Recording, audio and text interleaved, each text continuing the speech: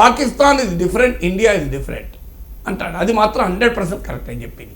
ఎందుకంటే భారతదేశం చంద్రమామ మీదకి మనిషిని పంపడానికి ప్రయత్నం చేస్తుంది.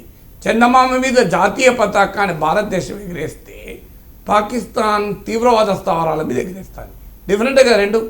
భారతదేశం ఒక సత్య నాదెల్లా, ఒక సుందర్ పిచ్చయ్య, ఒక ఇంద్రా నూయి, ఒక పరాగ్ అగర్వాల్, ఒక శంతను నారాయణ్ లాంటి ప్రపంచ ప్రఖ్యాత కంపెనీలకు సీఈఓలను ఇస్తే పాకిస్తాన్ ఏమనిచ్చింది? హఫీజ్ సయీద్, మీకు Tahawwur Rana, Gilani, Dawood Gilani alias David Headley, Masood అజర్ని ఇచ్చింది కదా.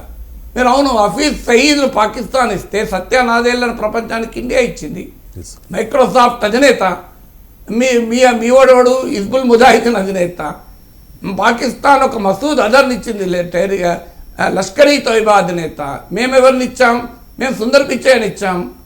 సో సుందర్ పిచ్చయ్య గూగుల్ అధినేత. మేమెవరిని ఇచ్చాం? మేము ఒక భారతీయులు ఎవరిని ఇస్తున్నారు? భారతీయులు కమలా హ్యారిస్ను అమెరికాకి ఇచ్చింది, ఒక రిషి సునక్ను బ్రిటన్కి ఇచ్చింది, ఒక ఉషా మ్యాన్స్ను అమెరికాకి ఇచ్చింది. ఇది భారతదేశం గొప్పతనం కదా, ఇది భారతీయుల ప్రత్యేకత. అందుకే పాకిస్తాన్ భారతదేశం వేరు వేరు, ఆ రెండు వేరు, ఇద్దరు అంబిషన్స్ వేరు. కరెక్ట్, అది దాంట్లో డౌట్ లేదు. పాకిస్తాన్ అంబిషన్ వేరు, ముస్లింలు ఇందులో పక్క పెడదాం. పాకిస్తాన్ అంబిషన్ ఏంది? దేశంలో తీవ్రవాదం ప్రోత్సహించడం. భారతదేశం అంబిషన్ ఏంది? ప్రపంచ మానవాళికి ఒక సాంకేతిక ప్రగతిని ఇవ్వడం, ప్రపంచ మానవాళికి ఒక ఆర్థిక అభివృద్ధిని కూడా భారతదేశ లక్ష్యం.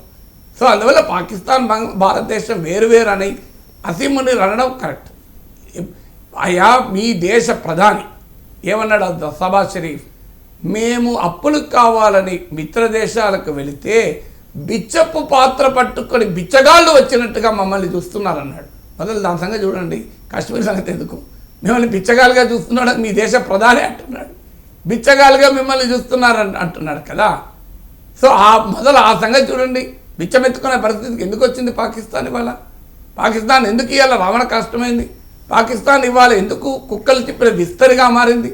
అది వదిలేసి భారతదేశంలో భూభాగమైన కాశ్మీర్ గురించి, భారతీయ బిడ్డలైన ముస్లింల గురించి మీకెందుకయ్యా? వాళ్ళు మా దేశం ఏం చూసుకుంటుంది? ఏ భారతీయ ముస్లిం మిమ్మల్ని కోరాడు మీ దేశం గొప్ప దేశం అని అన్నారా? ఖచ్చితంగా ఓవైసీ లాంటి నాయకులు ఖండించాలి, దీన్ని ముస్లిం సంఘాలు ఖండించాలి, ప్రత్యేకంగా ఖండించాలి. ఎందుకంటే హిందూ ముస్లిం నెరేటివ్ మీద ఆధారపడి టూ నేషన్ థియరీని సమర్థిస్తున్నారు కదా. మీరు టూ నేషన్ థియరీ కరెక్ట్ అయితే ముస్లిం దేశాలు ఇన్ని ఉండకూడదు, ఒకటే దేశం ఉండాలి. అందువల్ల దేశం వేరు, మతం వేరు, భాష వేరు, మతం వేరు అని ఈ మధ్య సుప్రీంకోర్టు మహారాష్ట్రలో ఉర్దూ వాడకం బోర్డు సైన్ బోర్డుల మీద ఒక గొప్ప తీర్పిచ్చింది. మతం వేరు, భాష వేరు, మతం వేరు, దేశం వేరు. మతము దేశం ఒకటే అయితే రష్యా ఉక్రెయిన్ ఎందుకు కొట్లాడుకోవాలండి? రష్యా మతం ఏంది? రష్యన్ ఆర్థడాక్స్ చర్చ్ కాదా? ఉక్రెయిన్ మతం ఏంది? ఉక్రెయిన్ మతం కూడా రష్యన్ ఆర్థడాక్స్ చర్చే. ఈస్టర్ ఇద్దరు జరుపుకుంటారు కదా, క్రిస్మస్ ఇద్దరు జరుపుకుంటారు కదా. మరి రష్యా ఉక్రెయిన్ ఎందుకు బాంబులు వేసుకుంటున్నాయి? రెండు మా దేశాలే క్రిస్టియన్ కంట్రీసే కదా. మరి రెండు క్రిస్టియన్ కంట్రీస్ అయినా బాంబులు ఎందుకు వేసుకుంటుంది? దీనికి ఆన్సర్ చెప్పాలి కదా. మతము దేశం ఒకటైతే రష్యన్, అది కూడా మళ్ళీ వేరే రోమన్ క్యాథలిక్ చర్చ్ కాదు, రష్యన్ ఆర్థడాక్స్ చర్చే. క్రిస్టియానిటీలో కూడా Latin church, Roman Catholic church, Russian orthodox church ఇలా తేడాలు ఉంటాయి. ఇవాళ Russian orthodox church influence Ukraine పైన, రష్యా పైన. మరి రష్యా ఉక్రెయిన్లు రెండు క్రిస్మస్ జరుపుకుంటూ ఈస్టర్ జరుపుకుంటూ ఎందుకు కొట్లాడుకుంటున్నాయి? ఎందుకు బాంబులు వేసుకుంటున్నది? ఇది ఆన్సర్ చెప్పండి మొదలు.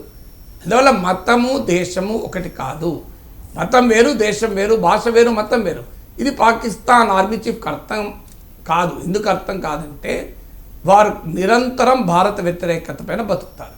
పాకిస్తాన్లో ఉన్న ఆర్మీకి, రాజకీయ నాయకులకు, మత దురహంకారులకు, తీవ్రవాదులకు వారికి పశుగ్రాసం ఏంటి అంటే భారత వ్యతిరేకత. అందుకొరకు అలాగే మాట్లాడుతుంటారు. దాని పెద్ద వాళ్ళు పాకిస్తాన్ ప్రపంచమే సీరియస్గా తీసుకోవడం లేదు, మనం ఎందుకు పట్టించుకోవాలి?